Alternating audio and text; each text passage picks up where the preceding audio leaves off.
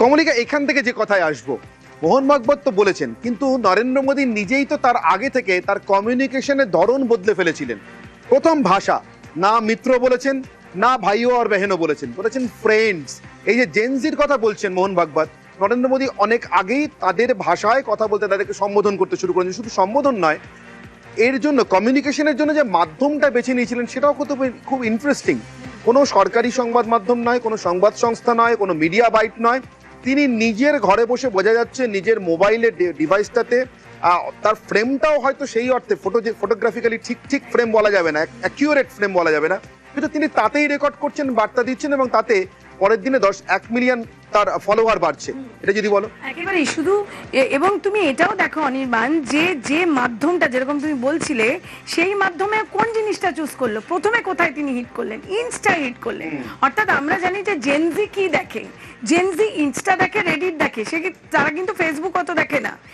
প্রথম hit Insta. এবং কালকে যখন তিনি মন্ত্রিসভার সঙ্গে কথা বলছিলেন, যেটা সূত্র মারফত আমরা জানতে পারছি, তাদেরও বলা হয়েছে যে আপনারা কথা বলুন, আপনারা ইনস্টাতে নিজেদেরকে আনুন, সেই কথাও তিনি কিন্তু সেই বৈঠকের ভেতরে বলেছেন। এখানে একটা প্রশ্ন আমি না করে পাচ্ছি না।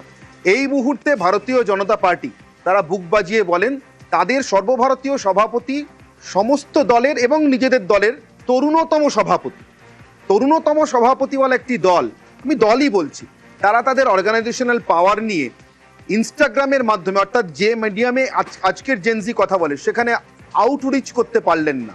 নরেন্দ্র মোদীর সরকার তো তার একার নয়, এত বড় একটা মন্ত্রিসভা, গোটা মন্ত্রিসভার পরে এত তরুণ সাংসদ, তারা পারলেন না। এই জেনারেশন কোন ল্যাঙ্গুয়েজে কথা বলে, কোন কমিউনিকেশন ডিভাইসে কথা বলে, কি কমিউনিকেশনের মাধ্যম, সবটা সেই প্রধানমন্ত্রীকেই বুঝতে হলো। প্রধানমন্ত্রী তো প্রথম থেকে একটু অসন্তুষ্ট ছিলেন যে কায়দায় এই ছাত্র আন্দোলনকে হ্যান্ডেল করা হচ্ছে সেটা নিয়ে। সেটাকে আরেকবার প্রমাণ হলো না যে এই সরকারের ভিতরে তাহলে এখনো পর্যন্ত নবীনতম নাগরিকটির দেশের ভাষা বোঝার ক্ষেত্রে এবং তার কাছে পৌঁছানোর ক্ষেত্রে এখনো সেরা মাধ্যম সেই নরেন্দ্র মোদী। দেখো, এরকম একটা যখন পরিস্থিতি তৈরি হলো, তখন কি হয়, এরকম একটা ক্রিটিক্যাল পরিস্থিতি তৈরি হলে সেখানে সর্বোচ্চ অর্থাৎ ক্যাপ্টেনকে নামতে হয়। সুতরাং সেই জায়গা ধরেই যেটা মনে করা হচ্ছে যে স্বয়ং নরেন্দ্র মোদী তিনি নামলেন, এবং অবশ্যই যে প্রশ্নটা তুমি তুলছো সেই প্রশ্নটা উঠতে পারে, কিন্তু তার পাশাপাশি তুমি দেখো 48 ঘন্টার মধ্যে কিভাবে সলিউশনটার দিকে গেলেন, তিনি কিভাবে সলিউশনটার দিকে গেলেন, এবং একেবারে মাঝরাত্রে নিজে তিনি ভিডিও করলেন। এবং শুধু তাই নয়, 24 ঘন্টার পর কালকে বৈঠকের পরেও রাত্রিবেলা তিনি যে ধন্যবাদ দিলেন, সেটাও কিন্তু খুব, সেই জায়গাটায় কিন্তু একটা মুন্সিয়ানা রয়েছে, সেই ব্যাপারটাও কিন্তু অবশ্যই দেখার বিষয়। অর্থাৎ এই যে বোঝা গেল যে কোথায় সমস্যাটা হয়েছে, সেই সমস্যাটা আইডেন্টিফাই করে কেউ না, একেবারে ক্যাপ্টেন নিজে নামলেন। কিভাবে নামলেন, একেবারে যেরকম ভাবে জেনজি ফরম্যাট আর কি, একেবারে ক্যাজুয়ালি। নামাটা যদি আরেকবার দেখাই কমলিকা, যদি একটু ফিরে যাই, ধর্মেন্দ্র প্রধানের ইস্তফা হয়ে গিয়েছে, এটা এখন বাস্তবতা। দুপুর 3টের সময় আর মিনিট 22 মতো বাকি আছে। সরকারের 3টে দাবি মেনে নিয়ে আন্দোলনকারীদের সঙ্গে আরেকবার বসার কথা। 2টো দাবি কালকেই তারা মেনে নিচ্ছেন বলে জানিয়েছিলেন। আন্দোলনকারীরা বলেছিলেন ধর্মেন্দ্র প্রধানের ইস্তফার দাবিটা কিন্তু নন নিগোশিয়েবল, অর্থাৎ এই দাবিটাতে তারা আপোষ করতে পারবেন না, এটা মানতেই হবে। সেটাও তাদের সঙ্গে আন্দোলনকারীদের সঙ্গে পরবর্তী বৈঠকে বসার 24 ঘন্টার একটা ডেডলাইন ছিল, তার অন্তত আধ ঘন্টা বা 40 মিনিট আগে সরকার মেনে নিলেন, ধর্মেন্দ্র প্রধান ইস্তফা দিয়ে দিলেন। কিন্তু how the ball started rolling, কিভাবে বল প্রথম গড়াতে শুরু করলো, একটা ভিডিও প্রধানমন্ত্রী পোস্ট করলেন, ফ্রেন্ডস সম্বোধন করলেন, এরকম একটা আবহে যখন ধরে নিচ্ছিল বিভিন্ন বিদেশি শক্তি নরেন্দ্র মোদীর সরকারকে বোধহয় যথেষ্ট অজনপ্রিয় করে দেওয়া গেছে, একটা ভিডিও পোস্টের পরে এক্স স্যান্ডেলে লাফিয়ে নরেন্দ্র মোদীর ফলোয়ার সংখ্যা বাড়লো 1 মিলিয়ন, মানে 10 লাখ। কি ছিল সেই ভিডিওতে, কি ভাষা, কি ভঙ্গি, আসুন আরেকবার দেখে নিই।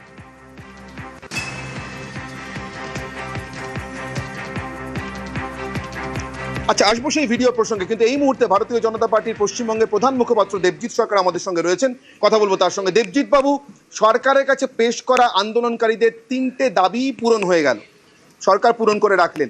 3টের পরে আজকের যে বৈঠক, তারপরে আর এই আন্দোলনের কোনো যথার্থ থাকবে না, প্রয়োজন থাকবে না বলে মনে করছেন?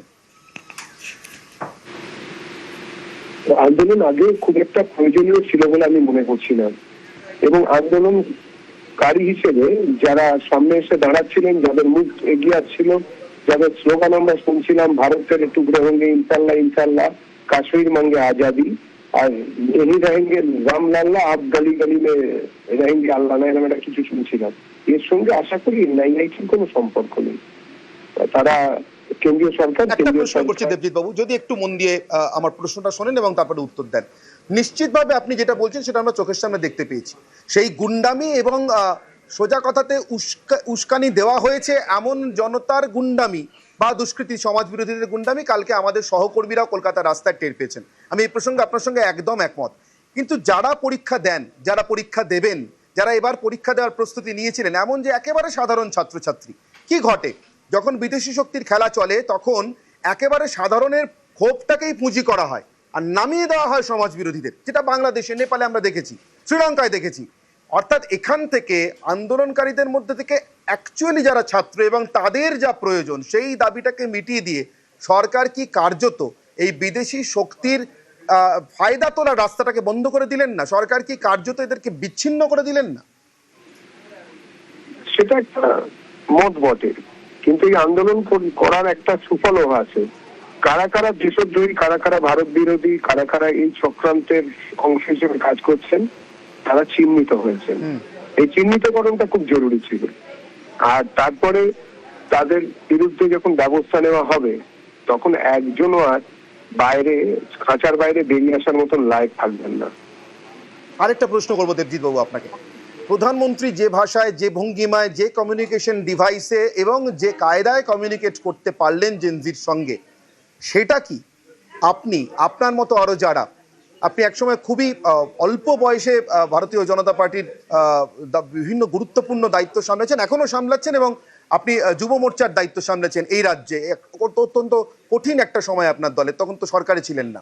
সেই জায়গা থেকে আপনার কি মনে হয় প্রধানমন্ত্রী একই সঙ্গে আপনাদের জন্যও একটা শিক্ষণীয় পাঠ রাখলেন, কিভাবে জেনজিকে কমিউনিকেট করতে হয়, কিভাবে যদি তারা কোনো ভুল ভুলাইয়া ঢুকে পড়েও থাকে সেখান থেকে তাদের বের করে আনতে হয়? এই মুহূর্তে এই গ্রহের সব থেকে জনপ্রিয়তম রাজনৈতিক নেতৃত্ব হচ্ছেন শ্রী নরেন্দ্র দাস দামোদর দাস মোদীজি, ভারতের যশস্বী প্রধানমন্ত্রী। এ বিষয়ে কোনো সন্দেহ নেই। তার শব্দচয়ন, তার শব্দ নিয়ে কথা বলা ইত্যাদি নিয়ে আমাদের কোনো রকম কোনো দ্বিধা থাকতে পারে না, আমরা সেটা জানি। অনেক ধন্যবাদ দেবজিৎ বাবু আপনাদের প্রতিক্রিয়ার জন্য এবং আমাদের সঙ্গে কথা বলবার জন্য। আমি আরো একবার পিসিআরকে বলবো, যেখান থেকে সবকিছু বদলে যেতে শুরু করলো, সব চক্রান্ত ব্যর্থ হওয়ার দিকে গড়াতে শুরু করলো এবং অবশেষে আজকে এসে অবশ্যই সবুজ আলো দেখা যাচ্ছে, এটুকু আমরা বলতেই পারি। এরপরেও যদি কেউ নতুন কোনো দাবি তুলে আন্দোলনে থাকার কথা ঘোষণা করেন তাহলে বুঝতে হবে তার আসলে অন্য উদ্দেশ্য আছে। সরকার সেটা স্পষ্ট করে দিতে পারলেন, সেখান থেকে ফিরে যাবো। অর্থাৎ সেই জায়গাটা যেখানে গত পরশু রাতে প্রধানমন্ত্রীর রেকর্ড করা সেই ভিডিও, যে কথা বলছিলাম, সেই ভিডিও আরেকবার দেখাবো আপনাদের জন্য। Thank you friends. कल देर रात आपसे मिलने का मौका मिल गया। मेरे जो वीडियो पोस्ट किया था उसको जिस प्रकार से आपने रिस्पॉन्ड किया, सकारात्मक सुझाव दिए, थैंक्स टू एवरीबॉडी। ये आपका प्यार बना रहेगा, हमारा नाता और अधिक सक्रियता से जुड़ता रहेगा। थैंक यू दोस्तों।